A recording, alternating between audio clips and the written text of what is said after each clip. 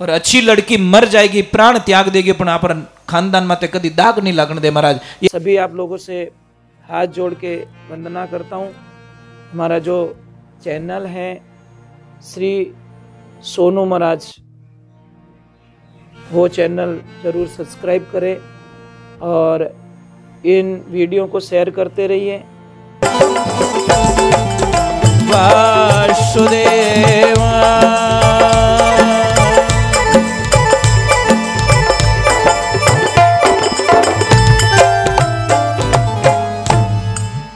बोले कृष्ण कन्हैया लाल की।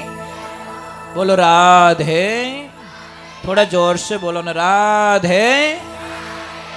जय श्री कृष्ण। कितना सुंदर पदों का वर्णन किया गया। भगवान का नाम लेने पर कितनी खुशी मिलती है। आप लोगों को एक बात का ध्यान रखना है, जो घर पे आप आरती पूजा करते हो भगवान की, जो आरती करते हो सुबह के टाइम में या शाम के टाइम में, कभी भी कैसेट बजा के ना करें।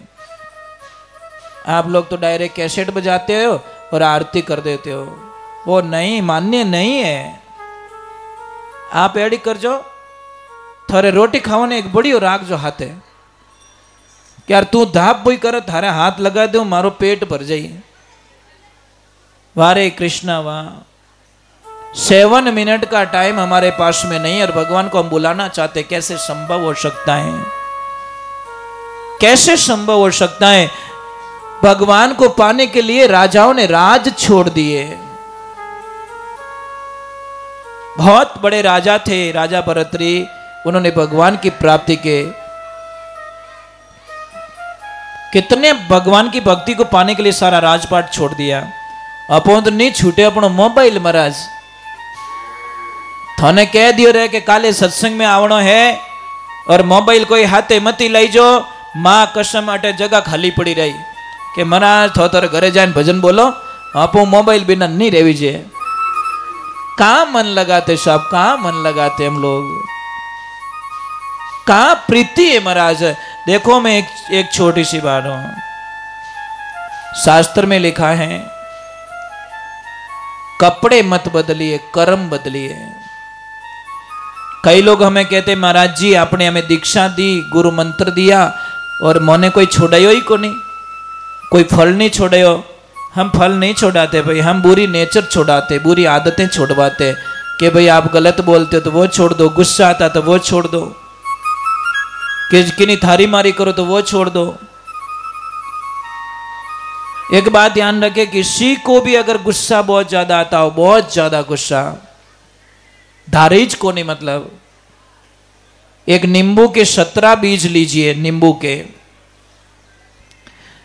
और ये पपीता आता है ना, पपीता, उसकी इतनी सी जड़, अपने देसी भाषा में अंड काकड़ी के वहां, उसकी इतनी सी जड़ लीजिए और काले कपड़े में बांध दीजिए उसको।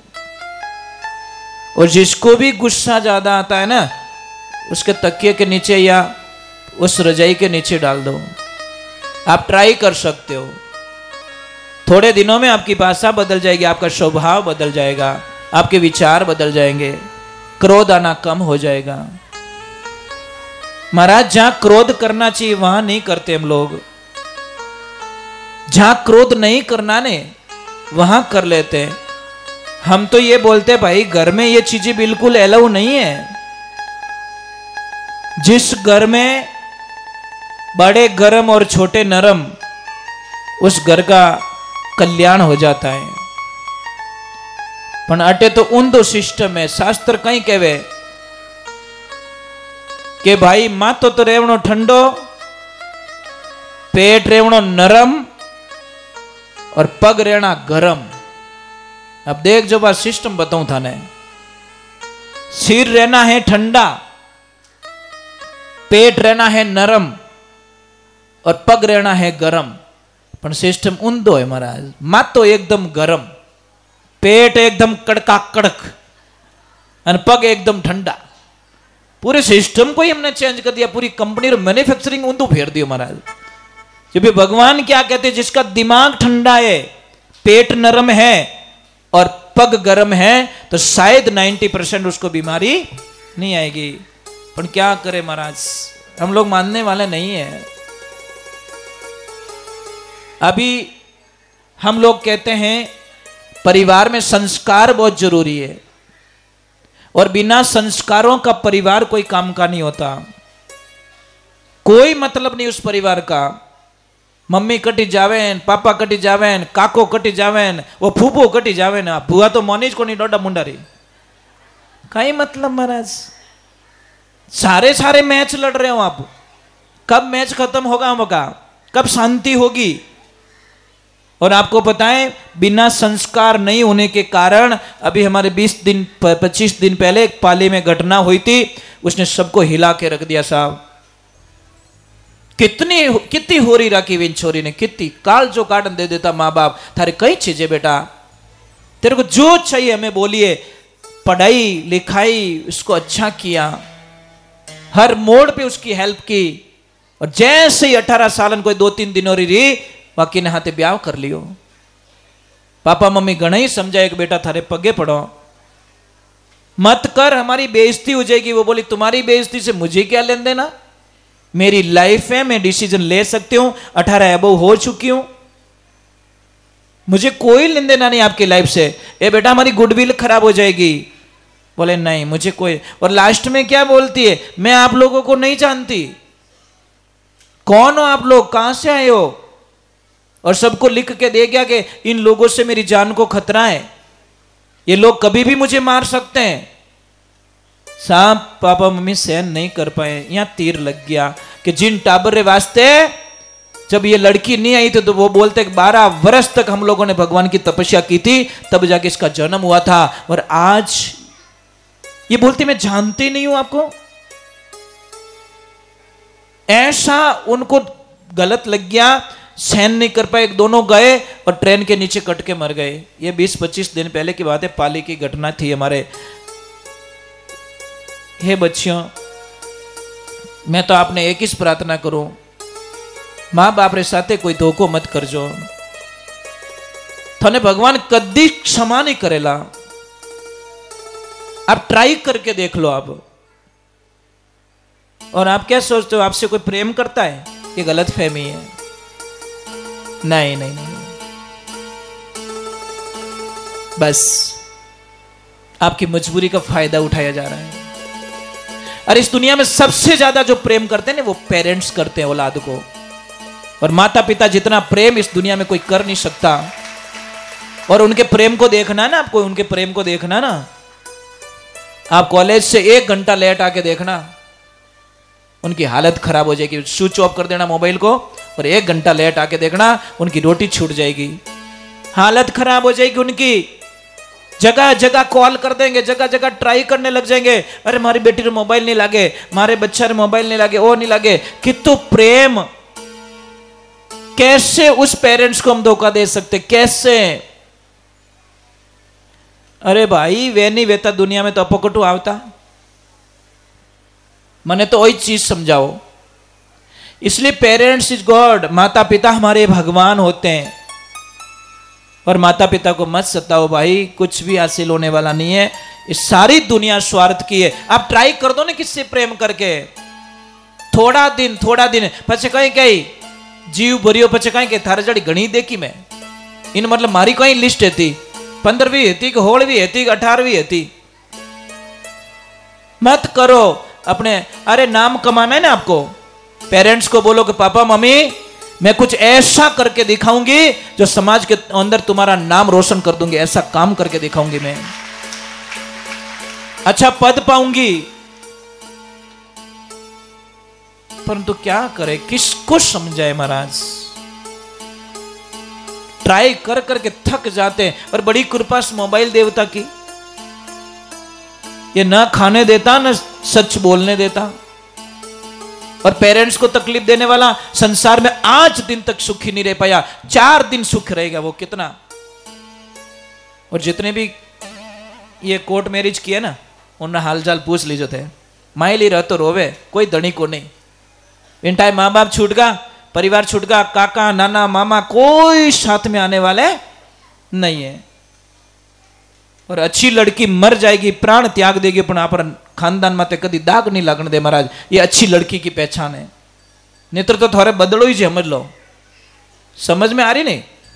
वो अगर कुछ गलतियां कर रही है, थोड़ो कहनो सहन नहीं रेवे तो कुछ बदला है साहब। तो इसीलिए हम बोल रहे हैं अच्छे कपड़े पहनने से क्या मिलेगा हम लोगों को? घर में तो सिस्टम ही बराबर नहीं है। बढ़िया कपड़ा पहनो, बारह मुंडो बता दो, सेल्फी ले लो, सेल्फी ले भोंको मुंडो राख रखे। क्या सेल्फी? वो सेल्फी मन रे उपरांत लियोड़ी है, ओरिजिनल सेल्फी नहीं है। अंदर से नहीं हंस रहे हो। माटाणी अपने मारवाड़ी में कहवत है ना, थप्पड़ ठोकन मुंडो रातो राखनो। नहीं हंसो तो दुनिया कहीं कही। ये ही हमें भागवत जी समझाते हैं। यही प्रश्न उठता है कि हम ये यज्ञ क्यों करवाते हैं, क्यों कथाएं करवाते हैं, क्यों इस यज्ञ में आते हैं? तो महाराज अनुष्ठान हुआ है, भक्ति मैया आई, कीर्तन हुआ है, अर्जुन जी आए हैं, महादेव आए हैं, सब झूमने लगे। कथा में बहुत आनंद आया। अभी थोड़ा 20 मिनट और बाकी है, फिर आपको छोड़ देंगे, ठीक है? क्योंकि आज यहां विराम हो जाएगी, कथा महात्म्य पूरा हो जाएगा। तो अभी एक प्रश्न वापस उठ गया कि हे गुरुदेव, क्या पापी लोग भी इसमें तिर जाते हैं? पापी लोगों का भी कोई मोक्ष होता है? जिसने बहुत पाप किया, गुरुदाता मैंने अवगुण बहुत किया, जितना पांव दरिया धरणी पर मनसा पाप किया, हे गुरुदाता मैंने अवगुण बहुत किया। क्या पाप किया हुआ इंसान भी तिर जाता है? तो वापस कथा आती है। तुंगभद्रा नदी के किनारे आत्मदेव नाम के एक ब्राह्मण देवता रहते थे। ब्राह्मण देवता इतने अच्छे, भगवान का भजन करो। आत्मदेव, जो आत्मा को पहचान ले वो आत्मदेव। नारायण तुम सत्संग करो, पहले सीखो भजन की रीत, आत्मा का ज्ञान परखे नहीं जब तक रहे आड़ी भीत। दीवाल रहेगी आपके बीच में। तो भगवान की कृपा हुई, आत्मदेव बड़े आनंद में। परंतु एक दुविधा है, घर में बच्चे नहीं है, गाय बछड़ा नहीं दे रही, तुलसी मैया ला रहे सूख जाती है। वो बोल रहे मैंने कितना पाप किया होगा, मेरे घर में कोई बच्चे नहीं है। और उनकी पत्नी इतनी खराब है कृष्णा, उसकी जान ले ले इतनी खराब। भगवान की भक्ति से उनको कोई लेन देना नहीं। आत्मदेव ने एक दिन सोचा कि चलो इस जीवन लीला को समाप्त कर लेता हूं। टाबर तो है को नहीं मारे, अब जीवन किने वास्ते? देखो बेटा सुनना, पेरेंट्स क्या करते हैं, घर में औलाद नहीं होती ना, भूखे मरते हैं। कोई थोने कहे महादेवरा इतना उपास करना वे करे, कोई कहे 12 वर्ष रामदेवरा पैदल जानो, आपको पाने के लिए वो पेरेंट्स जाते हैं पैदल। जैसे ही महाराज जी जाके उन्होंने बोला नदी में कूद के मेरी जान दे दो, एक कोई महात्मा जी आए, बोले कहां जा रहे हो? आत्मदेव कहां जा रहे हो? कि मुझे मरने दीजिए। कि क्यों? कि घर में बच्चे नहीं है, जी के क्या करूं, पत्नी मेरा सुनती नहीं और बच्चे मेरे घर में नहीं, मन लगाऊं तो कहां लगाऊं? उन्होंने बोला कि मैं एक फल देता हूं, जाइए और अपनी पत्नी को फल दे देना, मेरे प्रभु की कृपा से 9 महीने बाद में उसको बच्चा हो जाएगा। संत थे, संत के शब्दों का विश्वास किया कि चलो मैं ले जाता हूं, और ले जाके अपनी पत्नी को सुपुर्द कर दिया कि हे लक्ष्मी ये फल खा लो। मैंने बोला ना कुबुद्धि कुबुद्धि होती है। बंडूड़ो वे के बंडूड़ो, बंडूड़ा समझो, हुईड़ा हुईड़ा कहीं के भी नहीं, गडूरियो कहीं के जो भी क्यों जको गडूरा, इन गडूरा ने कितनी बढ़िया इन्होंने करो गंगा नदी कादो देख तो इन बटो मेकअप करी, कीचड़ सरकार जिंदाबाद, उसको कोई लेन देना। घणो गंगा में स्नान करियो पण कादा में वो बेटो एकदम बढ़िया चकाचक हो गया, या जाने देसी घी में चूरमू करियो वेजू। क्या करे, उसको तो वो कीचड़ अच्छा लगता है, अच्छी बातें अच्छी, गंगा स्नान अच्छा नहीं लगता। अब महाराज उसको ले जाकर वो फल दिया, वो बोली इससे क्या होगा कि तू खाएगी, तू गर्भवती होगी और तेरे बच्चा होगा और हमारी मनोकामना पूर्ण होगी, और मैं अनुष्ठान के लिए जा रहा हूं। वो बोले मैं खाऊंगी, फिर मेरे को बच्चा होगा, फिर मेरा पेट भी बड़ा होगा। नहीं नहीं, आई नॉट एक्सेप्ट, नहीं आई नॉट एग्री, मैं ये नहीं कर सकती। कौन लपड़ो करे? 9 महीना विने गर्भ में राखो, पछे जन्म दो, पछे दूध पावणो ने मोटा करना विने धोवणो ने ओ करनो, कौन लपड़ा करे? नहीं नहीं नहीं नहीं। उसने एक आइडिया लगाया, उसने वो फल दे दिया गाय माता को, गाय माता खा ले। अब उसकी बहन जो थी कि बहन मारे 9 टाबर रियोड़ा 10 लोग पेट में। एक काम कर, वैसे जीजा जी तू गयोड़ा बारे, अब उन्होंने कहीं ठा पड़े, वो मारे टाबर रहे नहीं, जब तू कह दीजिए वो मारो इस टाबर है, मैं अटे रहूं थारे घरे काम करूं, दूध में पिला दूं, मोटो में कर दूं, बाकी और ओ काम ठीक है, पैसे मेरे खाने वाला है नहीं, पैसे बहुत है मेरे पास, धन बहुत है। वो फल दे दिए गाय माता को। और धुंधली नाम था, धुंधली ने उस बहन को घर पे रखा और 12 महीने बाद में जब बच्चा हुआ तो महाराज ढिंडोरा पिटवा दिया, धुंधली को बच्चा हुआ, धुंधली को बच्चा हुआ। आत्मदेव जी को खबर लगी कि घर में बच्चा हुआ है, आए, बड़ी खुशियां मनाई, बहुत आनंद हुआ। अब इधर गाय माता ने भी के बछड़े को जन्म दिया, पर था इंसान का बच्चा, पर उसके कान थे ने वो गाय माता जैसे कान थे। अब दोनों का नामकरण करने की स्थिति आई। वो धुंधली बोली नहीं नहीं नहीं, मारा बेटा रो नाम तो मैं ही रखू। अरे मत रख, मैं रखता हूं। नहीं ठंडा नहीं पड़े, मारा बेटा रो नाम मैं ही रखू। कहीं राखी कि मैं इसका नाम रखूंगी धुंधकरण, धुंधली का धुंधकरण। तो आत्मदेव ने गौ माता के बछड़े को गौकरण रख दिया। अब दोनों बच्चे, अब धुंधला तो धुंधला था, वो तो इतना ओढ़ बोलावे राम, परेशान कर देवे, धारीज को नहीं। थोड़ी कोई कोई टाबर अणुता वेज ने धाप जाता रहो, मन लाइन के महाराज मैं तो धाप गई नो, અને પહેલા નહીં રહેવા જાણે કે મહારાજ ટાબરી કોને, પછી કે મેં તો ધાપગી। હવે દોનો તરફ हमारी कोई प्रॉब्लम है, नहीं रहे तो ही प्रॉब्लम, અને होवे तो के धापगी। कारण संस्कारों बिना बच्चा अच्छा नहीं होता। अब भगवान की कृपा हुई, धुंधकरण को मतलब अपना काम कर रहा है, स्कूल में ओढ़ बोलावनो, लड़ाइयां करनी, वेजिन बातें आवनी, गालियां बोलनी, झगड़ो करनो। और गौकर्ण जी महाराज बढ़िया पिताजी के शरणों में बढ़िया आनंद ले रहे, माता पिता का परम भक्त। ऐसी गलत राह पे चला गया तो पिताजी ने बोला कि बेटा गौकर्ण इसके साथ में रहेगा तो तेरे पे छाया पड़ जाएगी, तू तपस्या के लिए चला जा। गौकर्ण जी महाराज तपस्या के लिए चले जाते हैं और धुंधकर्ण महाराज इतना बिगड़ गया, पिताजी भी वहां से चले गए, मैं थारू धाप गो, मैं नहीं रह सकता तेरे पास में। अब लास्ट में मां डांटती थी तो एक दिन उसने क्या पता है, अपनी मां को भी मार दिया, क्योंकि वो किसी वेश्याओं के चक्कर में पड़ गया था।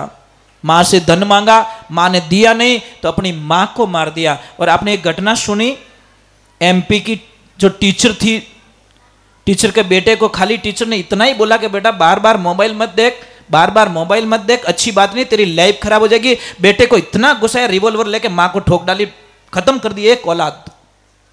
एक किस बेटो डायरेक्टली मां को उठा दे, बीच में तू बोलने वाली कौन है, मैं मेरे फ्रेंड्स के साथ में खेलता हूं। लो क्या संस्कार महाराज। अब डायरेक्टली भगवान की कृपा हुई, गौकर्ण जी महाराज चले गए, मां को उसने मार दिया। अब वेश्याओं ने उसका सारा धन हड़प लिया।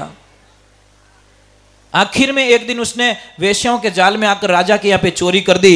तो वेश्याओं ने सोचा कि पकड़ा जाएगा तो हमारी भी मौत निश्चित है, राजा मार डालेगा हमको। तो वेश्याओं ने सलाह की क्या किया जाए, किसको मार दिया जाए, कैसे मारे। सो रहा है, देखना उसका दृश्य सुनोगे, विपरीत जाने वाले की दशा क्या होती। चारों हाथ पैर बांध दिए और तकिया लगाया, मरा नहीं तो चूल्हे में से गरम गरम कोयले निकाले और उसके मुंह में उड़ेल दिया और वो मर गया, तड़प तड़प के मरा। तो मोक्ष तो हुआ नहीं, वो तो वहीं प्रेत बन गया। अब प्रेत बन के उसी घर में रह रहा। वर्षों बाद में गौकर्ण जी महाराज पधारते हैं, वहां बैठते हैं तो इधर घड़ी किधर से आवाज आ रही है, घड़ी किधर से आवाज आ रही है, घड़ी किधर से आवाज आ रही है। तो गौकर्ण जी महाराज बोले कौन है भाई तू, कौन, क्यों कर रहा है तू, कौन है। कि भैया मैं तुम्हारा भाई हूं, मेरी दशा ये होगी, वेश्याओं ने मुझे मार डाला पर मेरा मोक्ष नहीं हुआ, मैं तड़प रहा हूं, कोई अनुष्ठान करो मेरी मोक्ष के लिए। फिर गौकर्ण जी कथा करते हैं, कथा करके उसका मोक्ष करते हैं और उसको सदगति प्राप्त करते हैं।